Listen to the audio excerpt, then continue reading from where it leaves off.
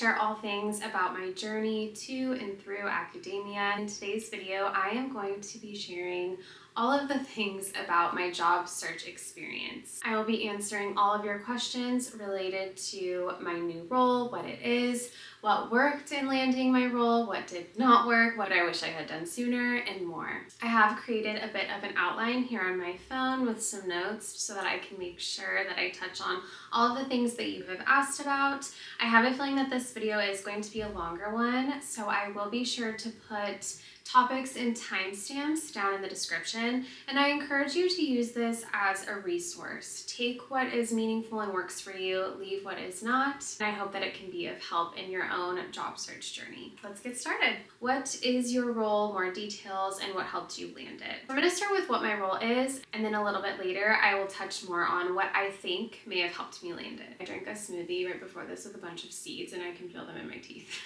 Okay. I accepted a postdoc position at the University of Tennessee, Knoxville. This is a remote postdoc. The research falls under a grant looking at the role of AI in post-secondary career and technical education.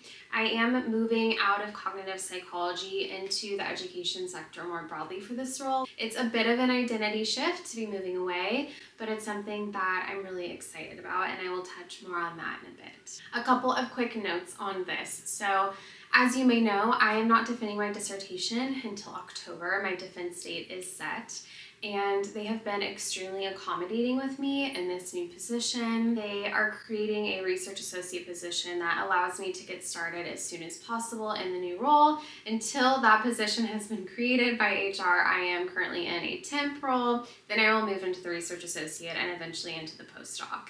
That's a lot of information, but I think that transparency is really important here because I know from my own experience, when you're coming to the end of your PhD, it can feel like almost an impossible feat to find a position, make the timing line up. It can just be so challenging and feel impossible. And I'm here to tell you that it is not impossible. It can happen. Just want to put that out there that if you are watching this video right now and feeling hopeless, do not feel hopeless.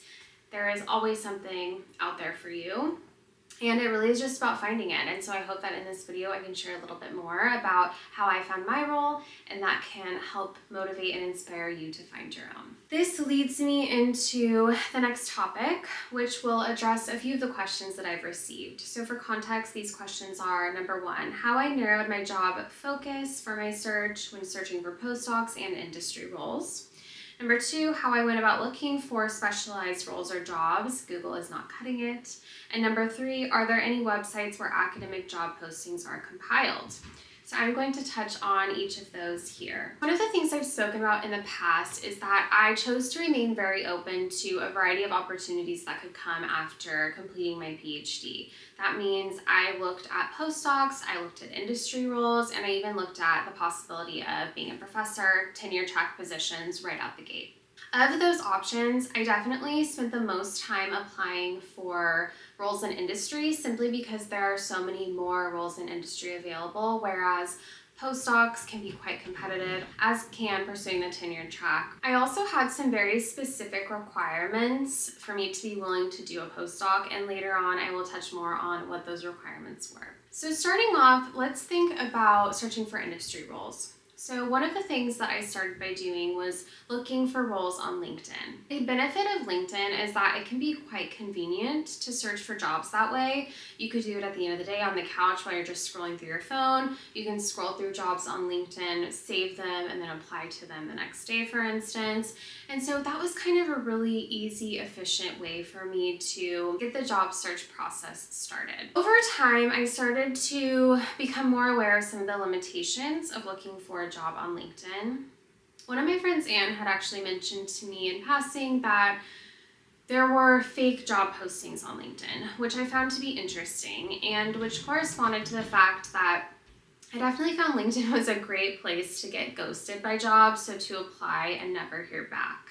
That definitely happened to me. Another limitation of LinkedIn is that on jobs, they do present to you the number of people who have applied, the number of applicants, and I've read some back and forth about what that metric actually represents. It can be a little discouraging when you see that so many people have applied to a position. Whether or not that's valuable information, I think, is to be determined. But it's another limitation, in my opinion. And then the third limitation, which is a little bit different in nature, is the fact that there are people on LinkedIn who target individuals who are completing their PhDs, who are vulnerable in the job search process, and sometimes they share information that is valuable and useful and encouraging, and sometimes you will come across information that is actually quite discouraging. I won't say too much more than that, but the point that I really want to make here is that as you're going through this job search process, it is so important that you're very cognizant of the information and the content that you are consuming. It is so important that you maintain a hopeful, motivated, and resilient attitude so that despite getting ghosted, despite receiving rejections, you can wake up day after day, jump back into the job search process. That's the only way that you are going to be successful. And so if you find yourself consuming content that is leaving you discouraged, unmotivated, hopeless, like you're not good enough, stop consuming it. Practice positive self-talk. Each day tell yourself, I am capable, I am worthy, and I will find the role that is best for me, that makes use of my unique skill set, and a role that will allow me to continue to grow my abilities. I'm not saying do not apply to jobs on LinkedIn. I applied to many of jobs that I discovered through LinkedIn, but here's one thing that I did do. When you see a job that you're interested in on LinkedIn, go to that company's website. So leave LinkedIn, go to their website, look at their careers, see if that job is still listed there, and apply through their website, not through LinkedIn. That is my personal opinion. I have heard others say as well that that is kind of a more fruitful way of going about it. You may disagree, and that's okay, but that is what I personally would recommend doing. Okay, so that's all the discussion on LinkedIn that I'm going to do. Other resources that are available to you. Okay, you may have access to something like Handshake through your university. So some other sort of job posting website, career type website.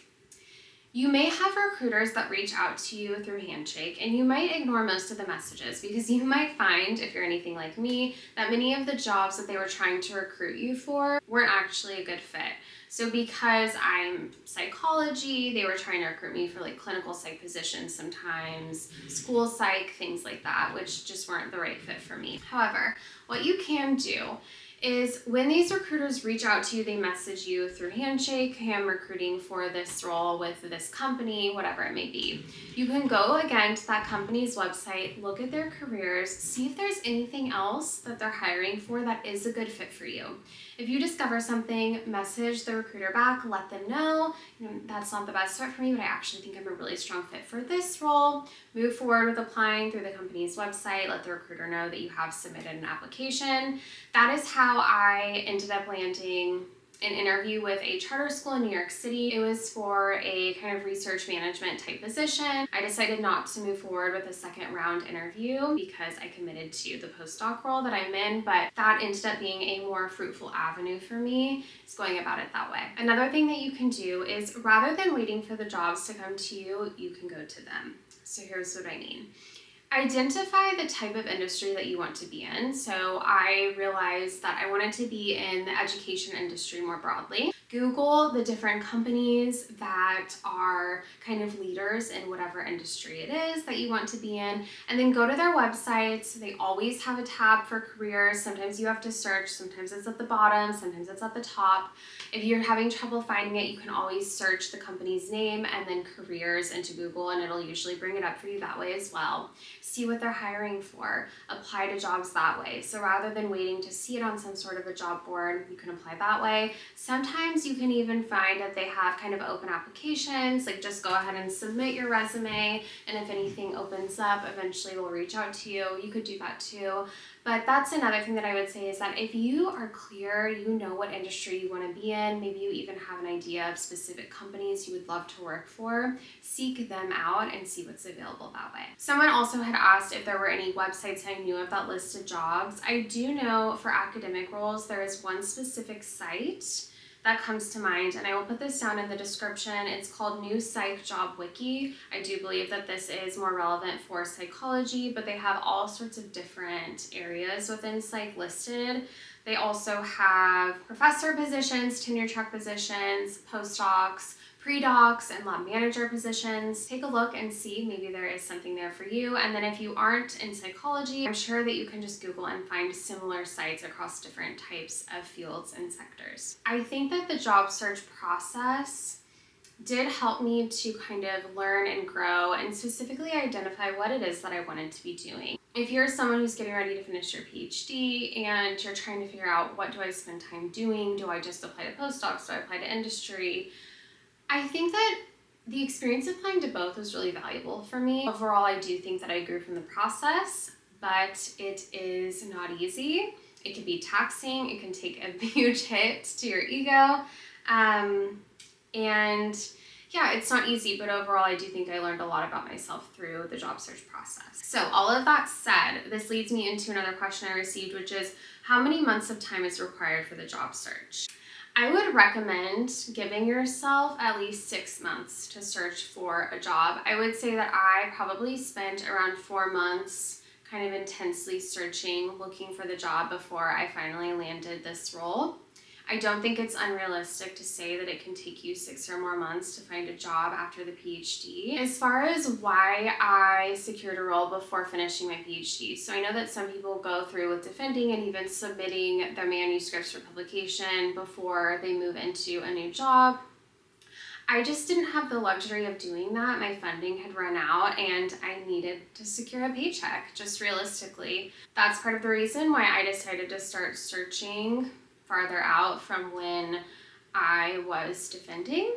So I think that it is all going to depend on your unique case of when you need to start your job search. If you are trying to land a postdoc, that can also be a little bit more dependent on time of year. My situation was unique where it just lined up. And again, that can happen. Timing is very important whenever you're trying to find a job of any sort. I would say give yourself some time. Okay, the next few questions I'm going to group and answer all at once. So one is, what made you decide between tenure track, postdoc, etc.? With this, I'll also discuss what my requirements for a postdoc were. Like I mentioned earlier, I had some specific requirements necessary if I was going to take a postdoc. And then finally, I'll share what I think helped me land my current role. What made me decide to move forward with the postdoc? Well, the opportunity was there, and I've always been one to go where the opportunity is.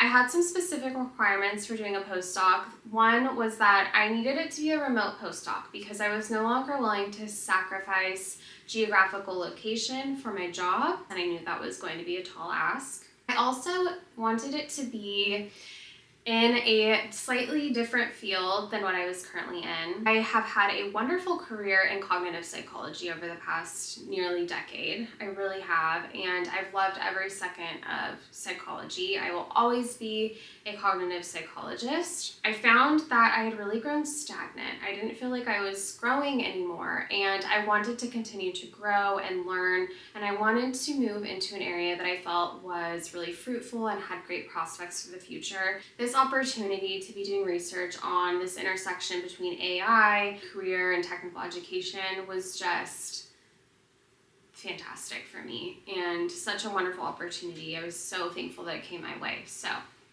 that is why I decided to move forward with the postdoc. Really felt like those asks that I had lined up and the timing worked out. The PI was willing to make it remote for me, so that was it, and I decided to move forward. The next question is, what do I think helped me land the postdoc? I feel like my camera's gone red and I don't know why. Hopefully we're still recording. What do I think helped me land my current position? So there's a couple of things. I will say that I have been told that my CV is strong.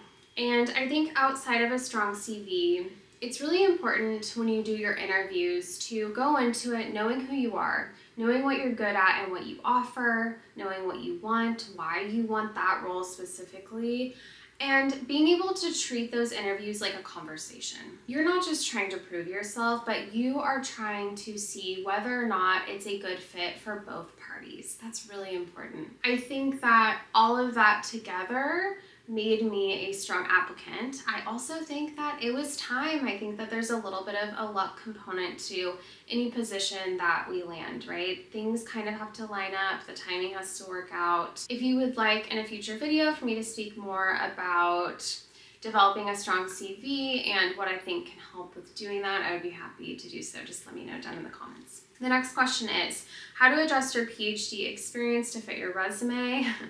So I am going to answer this question last because I'm now going to leave you with a little piece of advice, something I wish that I would have started doing earlier in my PhD, if not even in undergrad. In academia, everyone always emphasizes that you should frequently update your CV, and you absolutely should. It's very important. While you are keeping that updated CV, I also recommend keeping an active resume. So each time you add some sort of an achievement to your CV, whether it be a publication, an award, you reviewed a manuscript for a journal, whatever it may be, take that achievement, quantify it, and add it to an active running resume. Quantifying our achievements is very difficult as academics because outside of how many publications, posters, talks that we've given, it can be difficult to figure out how to quantify our work. There's so many things that go into it that it can be easy to kind of forget those things over time, forget those details.